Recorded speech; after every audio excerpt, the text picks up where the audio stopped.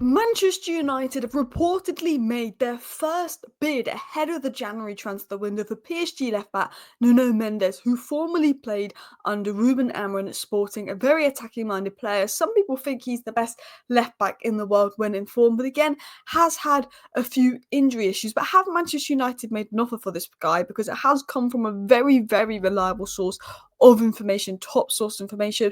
What's the chances of this happening? Or is Manchester United being used for him to potentially get a better deal on the new contract and more? Because what we're hearing is he wants to leave PSG. He hasn't actually started every game for PSG. And at PSG, they use defensive fullbacks, which would suit someone more like Delo. Whereas at Man United, he gets to be attacking. And that's where he played his best football. We're going to talk about that.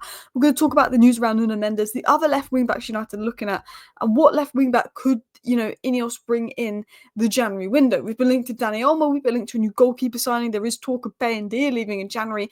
And Joshua Zirkzee has been offered an exit route.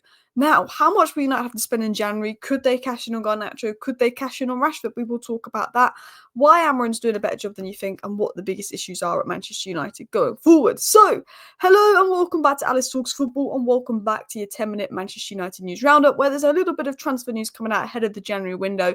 And I think after the display yesterday versus Wolves, there almost had to be some transfer news, whether it's PR spin, whether INEOS are actually looking at doing something in the market, we don't know. But I'd be very shocked if Man United had no plans for January after the last few performances. And, some people even worrying about relegation. I'm not there yet, but it is a bit concerning where we're at. So let's start with this story here.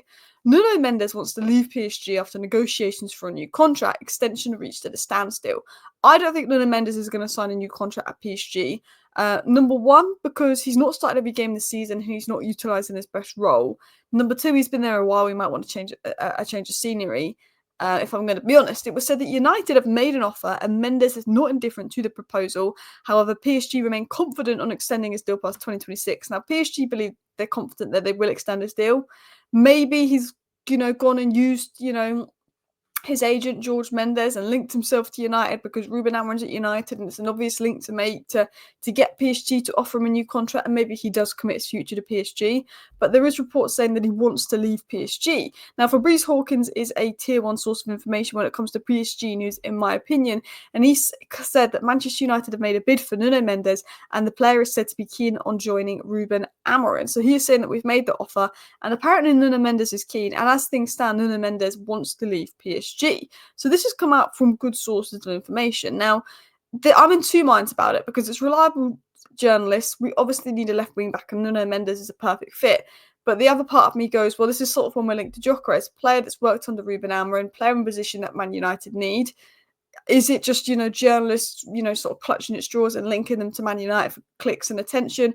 Could Man United be getting used so he gets the wages he wants out of PSG? Because PSG offering a new deal, but if all of a sudden it looks like he might go to United, will PSG offer him a new deal of high wages? You've always got to look at that. Now, one thing I'm going to tell you is George Mendes has his best relationships with Man United and PSG. George Mendes is the agent of Amorim. He is the agent of Nuno Mendes. He's the agent of other players at United like Bruno Fernandes. He's also the agent of players at PSG like João Neves. He's a very good connection to both clubs, which will be interesting to see how this deal moves forward. Now, I'm not too familiar how reliable this source of information was, but I've seen a few aggregator accounts like United Exclusive and MUFC and PB quote this, saying that Manchester United have offered Nuno Mendes an attractive salary and Ruben Amorim made the player a priority and Mendes it was flattered to feel so valued. I mean, I wouldn't be shocked if left wing back was a priority, and I wouldn't be shocked if Nuno Mendes was, considering Amorim worked with him before. I think it's a very exciting market in terms of left wing. Now, I think what we're going to hear over this Nuno Mendes stuff in the next few days will be interesting to see if Romano or Ornstein or someone jumps on it. Even Duncan Castles has very good links to George Mendes, so Duncan Castles could come out and break something. But it'd be interesting because Mendes might be looking for a new deal for his client that's better.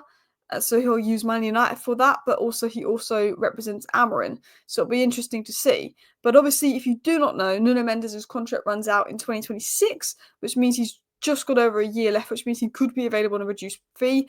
And he's only featured in 9 out of PSG's League One games, and he's only completed full 90 in 5 of those games. So it could be an indication that, PSG might be willing to sell him or offload him in January because he's not playing every game. He's not their most important player. Now, he is a very good left back. Anyone that's watched him play knows he's a really good left back.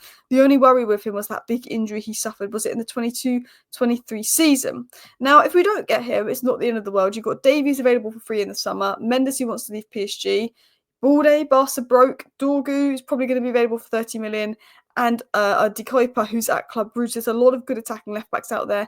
This doesn't even mention Aït-Nouri and Kirkus that we might have to pay a bit more for that are also available. There's lots of good options out there on the left wing back position. I'd ideally like to bring someone in the January. I think we need someone now. Dalot is that weak spot, and I'm not going to single out Dalot because I think he's actually one of the better players, but he just doesn't work in the system and probably will need to leave. But he's poor in that role. And it's not, just replace Dalot when we're a much better side. There's so many players in this team underperforming, and at least Dalot get tries. But Dalot is not a wing back. He's been so poor. We need that left wing back. We need that left-hand side to be fixed. Now, talking of fixing the left-hand side, we're going to need to raise funds. Now, interestingly, Joshua Zirkzee, yet again, has been linked to a Manchester United exit.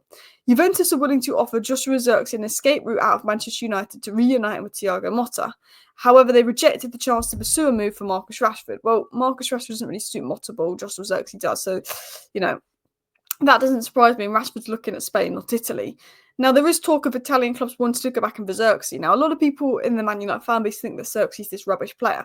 If you watch Zirkzee at Bologna and if you watch Zirkzee play in Italy, you can see why so many Italian clubs would be interested in bringing him back because he had a really good season last year in Italy. And I think there's a good player in Zirkzee, just whether he's Premier League suited, whether he suits Amorim's system is another question, because he's been hot and cold at United. A good game versus Everton, a good game versus Palace, had a good game versus Brighton, a good game versus Southampton, had a good impact versus Fulham, but he's been very hot and cold at Man United. And whether INEOS will think, actually this was an error on our end, let's cash in on him in January, would be interesting. Now, I personally think that Zirkzee isn't going anywhere to at least the summer.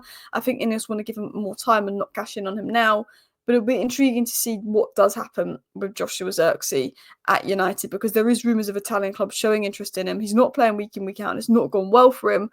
But to be honest, all the attackers have been underperforming. I just think because Zirkzee's new, he'll get a bit more stick for it because, at least we know that Højlund scored 16 goals in his first season. And, I think Zirkzee is getting the most stick. So it'll be interesting to see what happens with Joshua Zirkzee. But I know that INEOS want to raise funds, but I think INEOS will be looking at Rashford to sell funds.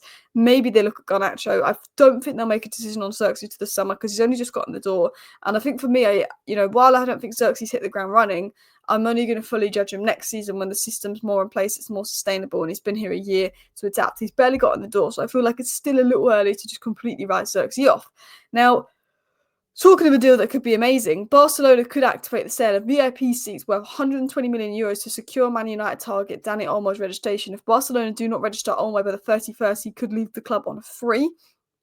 Dani Olmo on the free in the January window would absolutely love that. Don't see happening though. And it was also said that United are looking to sign Royal Antwerp keeper Sen Lammens, 22, as they assess long-term options for goalkeeper. Maybe they want someone that's going to challenge Onana more because Baindir isn't good enough, and Onana has been quite poor lately.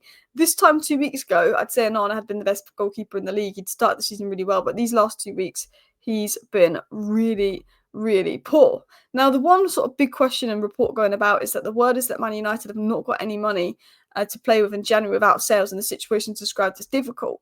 Now, I think Manchester United, regardless of sales, surely go out there and sign a left wing back. It's a must need. But I do think Rashford, Eriksen, Casemiro, Antony are probably players that United are looking for offers for in January. And I think if we sell one of them, depending on who we sell and how much money we get, I think that would massively extend our January budget. Now, a lot of people are worrying about relegation and it going wrong under Amorim, and there's people even turning on Ruben Amorim. But I wanted to read out this stat by Mark Statbots. Since Ruben Amorim took over at Man United ranked 5th in the league for ball possession, but 20th for expected goals created in neutral game states. Their attack often dissolved into a U-shaped, sterile position with no threat. Now, neutral game state is when your team isn't losing or winning. It's when the team is drawing. This XG is based on shots attempted for neither team that was leading in the game. When the score's 1-1 or 0-0, when it's equal, Manchester United are the worst team in the world for chance creation, but they are the 5th best for keeping the ball. And I think one thing that we've seen under Ruben Amorim, and I wanted to sort of point this out and touch upon this because I think Darnish touched upon it as well, is we've controlled games better. and we've conceded, like, most of the goals we conceded from set pieces. We're not open, we're not being piled open. We've controlled games better in that aspect, but we're not creating the chances, we're not finding the space, and when we do create the chances, we're missing them. And I think that's a really good point from Darnish here. I think, in neutral game states, we're not really doing much, but we've got a lot more of the ball. And I think what I've seen under Ruben Amorim is that he's come into Manchester United and we've kept the ball better, but we're not creating as much. And that is because we don't have that attacking threat that the wing-backs in Amorim's system would normally provide, because we're putting defensive full-backs and wing-back. And that's why I think wing-back's the most important addition for me. And I look at it and I think left wing-back, right wing-back, left 10, like have Ahmad right 10, Cunha left 10. So Cunha comes in, left wing back, a right wing back, another centre back for depth, and a number fielder for legs. And I think we'd go up a level because the wing backs would bring something. And Amorim's wing backs were so attacking, and with Delo and Malacia and Rabi, they're not attacking minded players. And I think it makes a difference.